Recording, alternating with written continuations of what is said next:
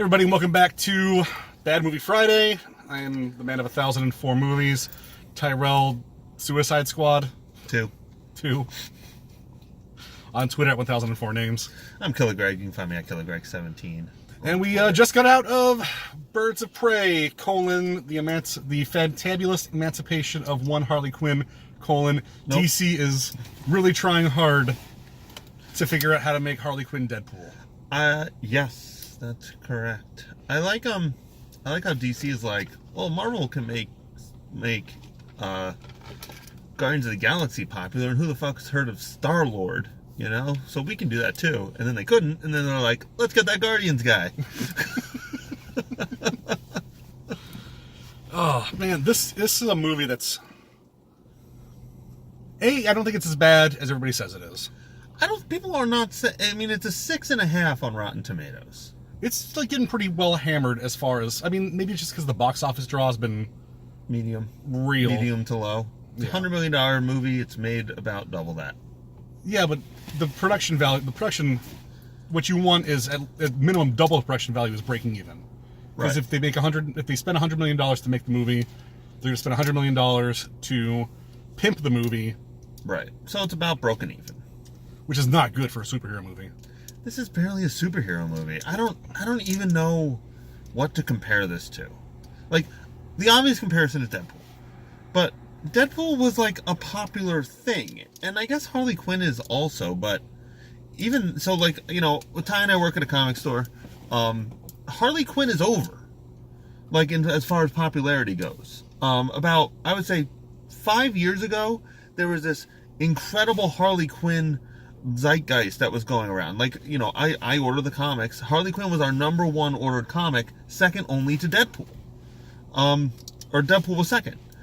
So it made sense, like, I guess with the production time of movies, like maybe if you greenlight this movie 4 years ago, start shooting it a year and a half, like maybe it still made sense. But now we have literally no Harley Quinn subscriptions. So you go from Suicide Squad to the Harley Quinn movie right away. Or just skip Suicide Squad. Because the thing about Suicide Squad is that it's a Harley Quinn vehicle. Like, all the people in Suicide Squad I guess Deadshot is in Suicide Squad, but there's nobody in Suicide Squad that you had heard of before Suicide Squad. Like, maybe Killer Croc if you're a Batman fan. Diablo? No. Boomerang? No one gives a fuck. Yeah, the Boomerang, I would say, might be a little bit there, because he's like a Flash villain, too. Oh, yeah, but even Flash... This is a problem DC has. They have two superheroes. They have Batman and Superman. After that, once again, I work at a comic book store. I was trying to think the other day. I was thinking of, like, graphic novels we had to have. So, you know, Death of Superman, Batman Returns, Dark Knight Returns, Batman Year One, like, stuff like that. Very odd. And then I was like, well, you know, I should probably get a Wonder Woman trade paperback. And I was like, what's the quintessential Wonder Woman story? The novelization of Wonder Woman the movie. Right. And then I was like, well, what's the quintessential Martian Manhunter thing? Justice League. Marvel has a million. The Clone Saga, Days of Future Past, House of M. Daredevil, Man Without Fear, House of M, Age of Apocalypse. Civil War 2. Right. Marvel, for every important superhero, there's like a quintessential tale for that superhero. DC does not have that. There's no I mean, maybe Flashpoint. Okay, so Flash is a bad example. But like... Yeah, but even Flashpoint's just... Everything gets way just fucky there. And it's... Sure. What's the quintessential Hawkman story? Hawkman. What's the quintessential Cyborg story? Hawk points. So, the problem is, like, DC just doesn't... Harley Quinn is... If that's your most popular thing, Suicide Squad is a Harley Quinn movie. But as I was saying right before this, that's why they had to get Will Smith. Because no one gives a fuck about anybody in Suicide Squad. They do give a fuck about Will Smith. They will go see a Will Smith movie. They will not go see a Deadshot movie. Yeah, I'm in agreement. So, I don't know what you're expecting making this Harley Quinn movie. Like, I don't know what template you're going after here. I think I think the issue is outside of just name recognition, no one knew who the Guardians of the Galaxy were going into it. Right. And no one, if you were to ask a random someone on the street, just like, hey, who's in Birds of Prey? Maybe they saw the CW show from like 15 years ago. Yeah, oh boy, I forgot that existed, yeah. Maybe they'll just pull Harley Quinn out of their ass and be like, oh, she's not even in Birds of Prey. No. It's Huntress, Black Canary, Batgirl? Batgirl. Mm-hmm. And I guess that's the main three. It. Yeah. And then I think Oracle was like part of their thing, right? Yeah, once Cassandra Cain becomes Batgirl, and Oracle's like their yeah. I could be wrong, but I don't think I am. Harley Quinn is now currently in Birds of Prey, though, I believe. Yes. Or was a couple years ago when they were making this movie. And I think the sad thing, and I don't know what like meta commentary this is to it, but the whole point of this movie, literally that exhaustive title was like, we can make a Harley Quinn movie without a Joker. But the entire fucking time, I'm like, boy, I sure hope the Joker shows up. Just, all we're thinking about is... Right. I leaned over to Greg at one point, I was like, hey, what Batman's up to right now? Yeah, I was like, is there going to be a Batman cameo? Who's going to play Batman? Like, the extracurricular things were more interesting to me. Like, would Ben Affleck have still been this? Is it Matt Smith going to show up? Like, Matt Smith. At one of the climax, you see this, like, hooded figure in black, like, pull out on a motorcycle to help Harley Quinn. I like, totally shit. I was like, Batman's going to help out. Nope, just more Huntress. She's got a helmet on now. Didn't even need to have, like, show his face. Just have some dude in the cowl and just be like, let's go. Yeah, which would have been cool. And like, all right. Yeah. Batman knows who's good and bad here. He'll help out Harley Quinn when he needs to. It's weird to me, like, I think a very strong positive, but almost a little bit to a detriment. The Marvel movies do an incredible job of, like, not forgetting that other people are around. They'll even go so far as, like, I was recently watching Spider-Man Far From Home. There's a scene where Spider-Man's like, well, what about this person? What about this person? Nick Fury's like, don't talk about her. Yeah, Don't bring up Captain Marvel. Yeah, like Captain Marvel's gonna help you with your shitty street crime. Right, right. That's exactly it. It's like, this is way low level for her. Like, Doctor Strange is off world. Captain Marvel's busy. So, and I don't, it is a little lame that you have to be like, you have to explain away all the other stuff. But at the same time, those characters exist in that world at all times. At any point in any one of those movies, Doctor Strange shows up in a Thor movie, or, you know what I mean? Like, because those characters exist, that world is real. This feels completely separate. This movie does not feel in any way like it exists in the Justice League movie. Like, in the Justice League world. In fact, and this is so fucking peculiar, in Batman vs. Superman, they established that Gotham and Metropolis? Gotham and Metropolis are literally right next to each other. Which is odd. Which is so fucking weird. That's not even close to... Right. But you don't get that vibe at all in this. Those other movies do not exist in this movie, except for like a brief throwaway joke about Captain Boomerang.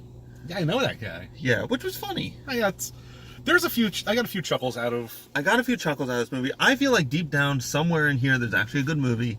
I would say 25% of it was funny and interesting and kind of charming. I would say another 50% of it was bland, boring bullshit, and 25% was just straight bad. I think there is, like Greg said, there's potential for a good movie here, but it's shot and paced so weird. We go flashback every 5 minutes. This entire movie is like a flashback to a flashback to a flashback, and then they flash back to things we've already seen 15 minutes ago, and not in a funny way. Like, in a very, very poorly executed way. We do this whole thing, Harley Quinn, 20 minutes of the movie, Harley Quinn, like, shoots up a police station with a grenade launcher that's full of beanbags. Because she can't kill anybody. Because that would be bad. Even though she kills people. She doesn't kill cops. She kills everybody in this movie except for cops, which I think is fucking dumb. For several reasons. Even so, a lot of the things she does is like non-lethal bat strikes and stuff. She kills very few people. She's not like the Joker would just be like... She throws dynamite into a car. Yeah. I guess the better way to put it is she kind of tries not to kill people, but she also doesn't care if she does. She, Zack Snyder Batmans it. Yeah. It's like, oops. It's like, oh, dropped a car on you. Sorry, bro. Oops. My bird. It's okay. That's just my sleeping dynamite. Yeah, that's coincidence. My shark repellent dynamite. So she shoots up this precinct and she's like, I'm looking for Cassandra Cain. It's like, hold up, we gotta stop here and rewind. About halfway through this movie, I was so fucking tired. I hate Margot Robbie's voice in this movie. I think her mannerisms are fine to an extent. But I hate that, like, Brooklyn accent thing she's doing. It would work. It's a nightmare. It would work if she wasn't doing voiceover for no reason. Yeah. For the most part. Because we're just gonna flash back and then see everything that already happened. Well, they do voiceover because Deadpool does voiceover. Deadpool has a voice in his head. He hears himself in his head, and she's crazy. Harley Quinn, the movie exists in her head, basically. One thing I would have appreciated, this is me just, fantasy booking here. She does a lot of, like, psychoanalysis because she is a psychiatrist. Oh, I didn't even put two and two together, but I like that.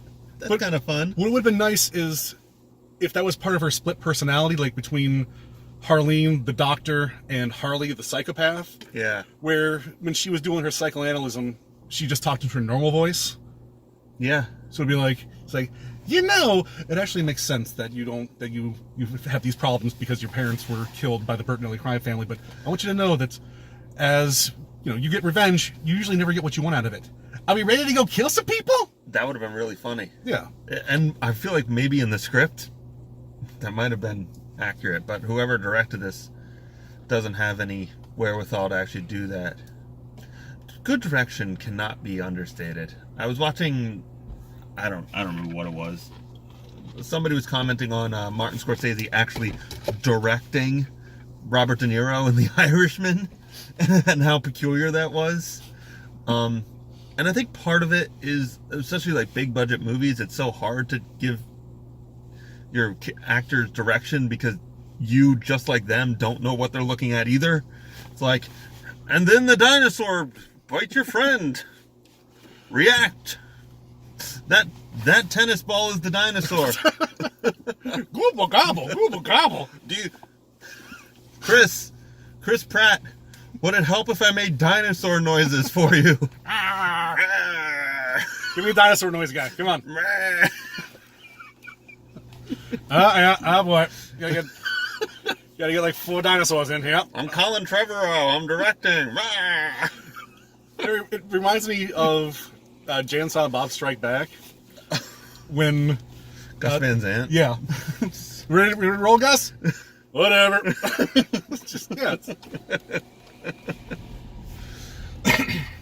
My other biggest problem with this movie was that it was a colorful movie, but it still felt muted. Like, there were colors on screen. It was like purples and yellows and greens, but it was still felt washed out in like this DC camera lens that they keep insisting on using. I didn't notice it until you said it. Yeah. And then I went to the bathroom and I came back. I was looking at the poster, and you can even see it on the poster. Like the yellow that Harley's wearing should like pop and be bright, but it's all muted and like. Right. It's colorful, but still like the palette looks like it's been completely washed out. Yeah. And again, that's like the DC. I feel like that was a corporate decision. Like, whoever made this movie, she cut the movie together, she presented it to them, and they were like, "Oh, that's great, but DC uses these filters, so you got to make sure that the movie looks like all the other DC movies." Which is a big fucking mistake because color can work. Again, look at Guardians of the Galaxy. Guardians of the Galaxy is the best thing to hold up to this movie and be like, "Look what could have been." Same thing with Suicide Squad. Suicide Squad was a miserable, drab, dark-ass movie where washed out people you don't care about shot black blobs in a street. One thing I could not get behind, just the committee of this movie. Like, they had all these characters, and no one knows who these characters are for the most part. They're like, yeah, you know what? The average moviegoer is not going to know who the Huntress is. So just make her, she's going to be the quirky, kind of awkward crossbow girl. We got Black Canary, she screams and does voice things. Yeah, okay, that's perfect. Yeah, sure. Cedric Kane, she's a mute martial artist. Whatever, she's a quirky pickpocket now. Go. Just it's like this is fine if you don't know who these characters are. Which no one does. People do though. No one does. No one went and saw this movie, so no one gives a fuck. Which is the problem.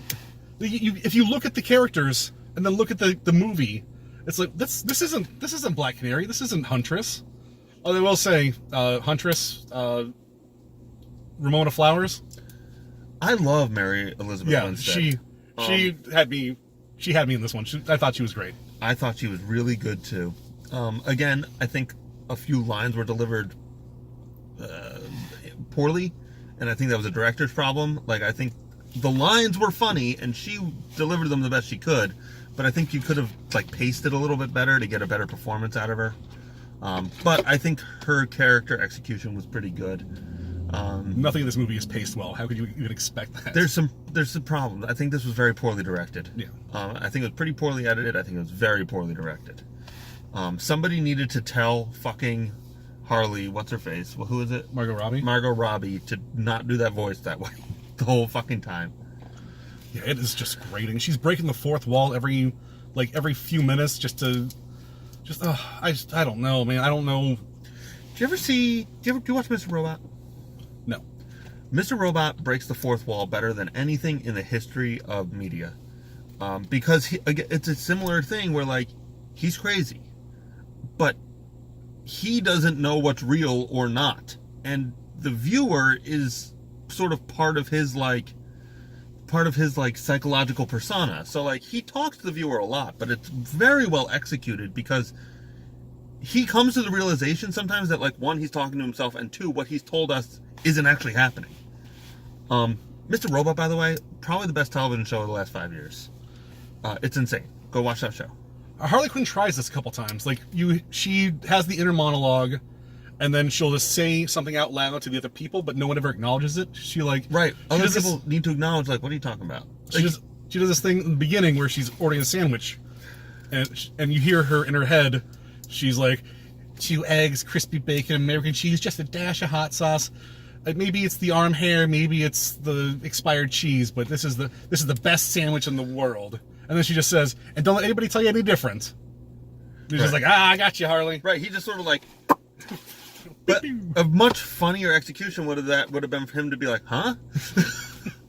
You know, like, that's a very funny joke. I liked Ewan McGregor in this. Ty wasn't thrilled with his performance. I like Ewan McGregor, but I don't think he's a Black Mask. Again, the Black Mask can be literally anything because no one knows what the Black Mask is. Like, and that's why I think you should be more true. Because if someone's like, oh man, I love that Black Mask, I'm going to go out and pick up some, like, Birds of Prey comics and stuff, and then they read it, and it's like nothing like the movie. It's like, you're killing your comic books with your movies. They obviously don't give a fuck about the comic books. I mean, look, I just rewatched Joker. Joaquin Phoenix is tremendous in that movie. That Joker doesn't exist anywhere. Heath Ledger's Joker doesn't exist anywhere. Mark Hamill's Joker doesn't exist anywhere. Like, that's not the comic Joker. It never was. But no one's upset about that. They all won Oscars and shit. Not Mark Hamill. You heard it here first. Margot Robbie for the Oscar, Best Actress next year. It could happen. Greg's calling it. All I'm saying is, like, comics change. Peter Parker has changed over the years. Wolverine has changed over the years. Like, there is no quintessential anything anymore. Like, the Tom Holland Peter Parker is not the Peter Parker from the animated series that I grew up with. Am I upset about that? No, that Tom Holland's doing an interesting new Peter Parker. I would argue that he's more like the Ultimate Spider-Man. You can argue whatever the fuck you want, Ty, but the point is that each iteration of these characters can be different. If this is how Ewan McGregor chose to play the Black Mask, then so be it. Especially since literally nobody on the fucking planet could tell you a single characteristic about the Black Mask other than he wears a black mask. I think we just have to agree to disagree on this one. I think there is room. Part of the charm of comics to me is that each writer puts a different take on those characters. That, you know, within a single run, the Batgirl right now has a completely different team, different artist, different writer, different colorist than when Batgirl started right now. It's still good, but it's changed. Spider-Gwen's another terrific example. Like, Spider-Gwen, talking about the comic now, was tremendous when it started. It's now switched over to Ghost Spider. It's still the same story, but it has new writer, new artist, all this shit. It's still a tremendous story, but it's changed. Like, it's a different character now. Yeah, but they still hold the same archetypes. You know, you can talk about the difference between Andrew Garfield, Tobey Maguire, and Tom Holland, but the basics are still there. Well, what basics? What is Black Mask in the comics? I mean, yeah, maybe he's just a generic gangster. I don't know a ton about Black Mask. I'm not gonna lie, but I know he's not like an effete trust fund kid. Do you though? Yes. What is his backstory? Maybe he's an effete trust fund kid. I don't know, but I know specifically that Ewan McGregor opted to play the character as he did, eschewing what is in the comics. Okay, and I think that's fine. It was one of the more interesting parts of this movie, so I should be thanking him. Thank you, Ewan. You know, I do. I'm not going to go. Like, he's not the one I have the most problems with, obviously, because Ewan McGregor was very funny. There was a scene in the movie where I thought he was about to cry, and I wish he did actually cry, but it's very funny to see a main villain throw a tantrum where he's going to just cry because his plan isn't working right. There's this one scene where he's showing Black Canary around his loft. He's like, oh, look over here. Oh, we got this. We got these statues. These are acupuncture statues. And she's like, oh, is that an acupuncture statue? It's like, no, that's a statue of me. And then Victor Zsasz, Zsasz by name only. Yeah, who's really in love with Ewan McGregor, I think. Yeah. Right? Like, they're definitely in love. He's in love with him for sure. That, or he just likes the power that he has, and he can kind of slightly control his insanity. All right, yeah, I get that. But he's like, yeah, Harley Quinn blew up the Ace chemical plant last night. I guess she and the Joker broke up. And Ewan McGregor turns around and he's like, what? And he's standing exactly the way that a statue is. It's very funny. He plays this well. But man, he's definitely a breath of fresh. Yeah. Him and Mary Elizabeth Winstead. Breath of fresh in this. Yes. I don't know. The fight scenes I found predominantly awful. Ty said I went to the bathroom during the only good one. You did. Sorry, I guess. The one in the booby trap, the aptly named booby trap funhouse, is just it's a nightmare. No one's making connections with anybody. People can't tell what the fuck is going on. People are just doing flips. Nothing makes any sense. That one was definitely choreographed by someone else. I think the fight scene in the wet jail cell had to be like tacked on at some point. Yeah, it was really long. It felt like a Zack Snyder fight scene. But the one you missed where like it's actually, you feel the weight behind the blows. Harley gets like hit up a little bit, so she's not the flawless fighting machine we see in every other scene. But that one, if you can check out that fight scene in the evidence lockup, that one's just very good. I wanted this movie to be better. I think it was pretty bad. Actually, let me rephrase that. I think this movie's totally fine. Like, this is like a real 5 out of 10 for me. But I really just simply did not enjoy watching it. Like, it was not an experience I was having a good time. It wasn't like, I want more of this. It was like, I'm pretty ready for this to be done. There were nuggets in it that I enjoyed, but as a whole, I'm just like I was not happy while watching it. I was like, all right, this is enough. I think a better editor could make this into a watchable movie. I completely agree. And I think I think literally if they just changed the color palette, I think this movie would have been better. It would have been more fun. It would have been more exciting. Because, like, the static scenes would have at least had some color in it. Aside from character problems that I have an issue with, like, where the fuck was Catwoman? Your MacGuffin's a diamond. And Catwoman's nowhere near? I don't... Part of me feels guilty for asking for this, but I definitely would have appreciated, like, a cameo of something. You know, like, even if Captain Boomerang showed up, or something, like a Suicide Squad, an actual Suicide Squad member came in, or something. I don't know. I would have enjoyed a Joker thing. I'm sorry. I know that's the point of the movie, that you don't need the Joker. I would have enjoyed a Joker cameo. Okay, end of the movie. You get, like, when Harley Quinn pawns off the diamond, the guy's like, oh, diamond here. Little, like, you see the whip come out, like... Sure, that would have been very funny to me. Just Just so you know, like maybe Selena's around there just scoping things out, because that's Right. what she would do. She's not going to jump in the middle of that. Right. She'll get in when it's appropriate. Right. Like she knows the diamond heist is going down and all this shit. Maybe she helps out at the end and seals it at the last minute. And they have this mega diamond in a bank, and Roman's like, and Ewan McGregor's like, hey, you Golden Tigers need to help me out here and go get this. Yeah. And then 2 scenes later, after cutting their faces off, Black Canary and Zash just go in there and just get it. Just like, hey, excuse me, can I have that diamond, please? Yeah, pretty much. Okay. Oh, sure. There you go. What the fuck? Yeah, there's a lot of plot holes. I liked Zaz in this movie. I thought he was a funny character. Real weird. Yeah, he's definitely weird. Don't watch this movie. Skip it. This is a pretty aggressive skip for me. If it's on a flight. I watched like 6 movies on an airplane this last week.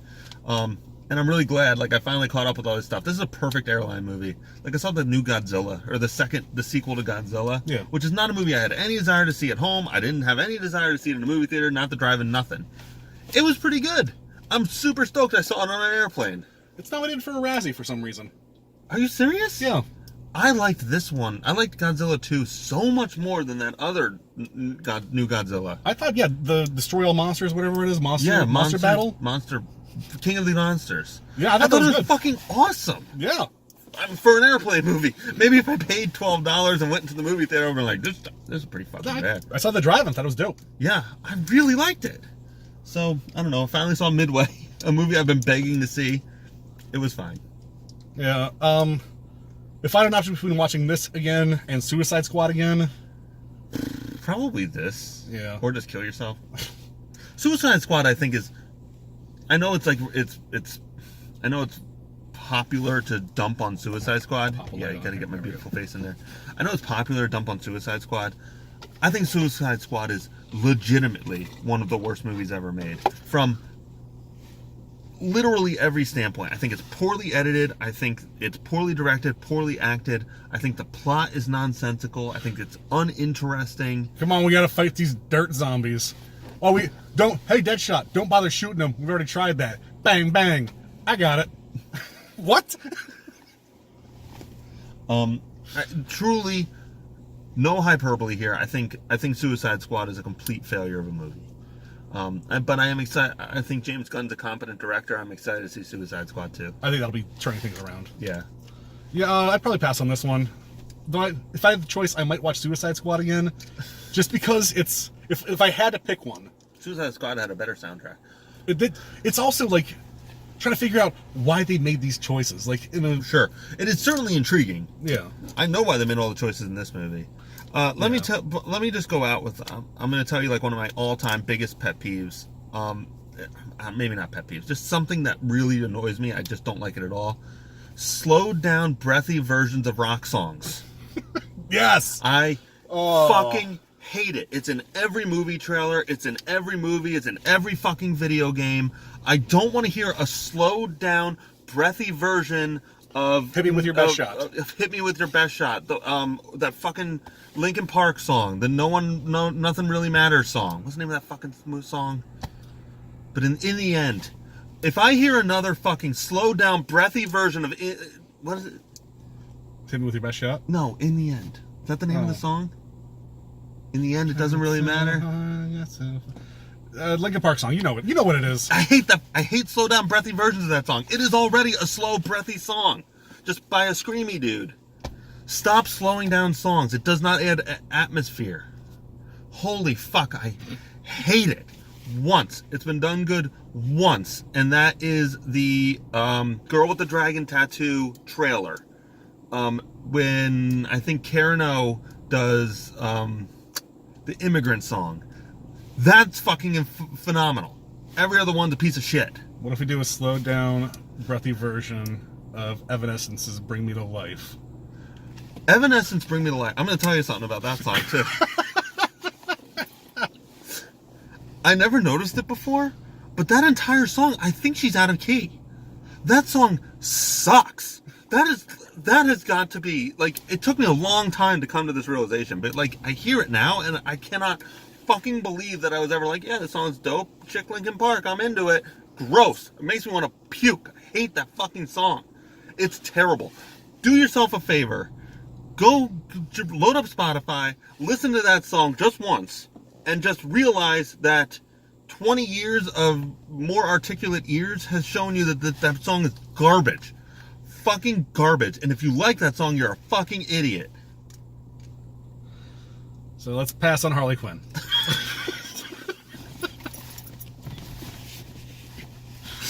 Until next week, I have been the man of 1004 bad movies, Tyrell Suicide Squad 2. Find me on Twitter at 1004 names. I'm Killer Greg. You can find me on Killer Greg 17 for more hot takes on Evanescence songs. It is Mics.com for all our other bullshit. And until next time, keep watching bad movies. Bye.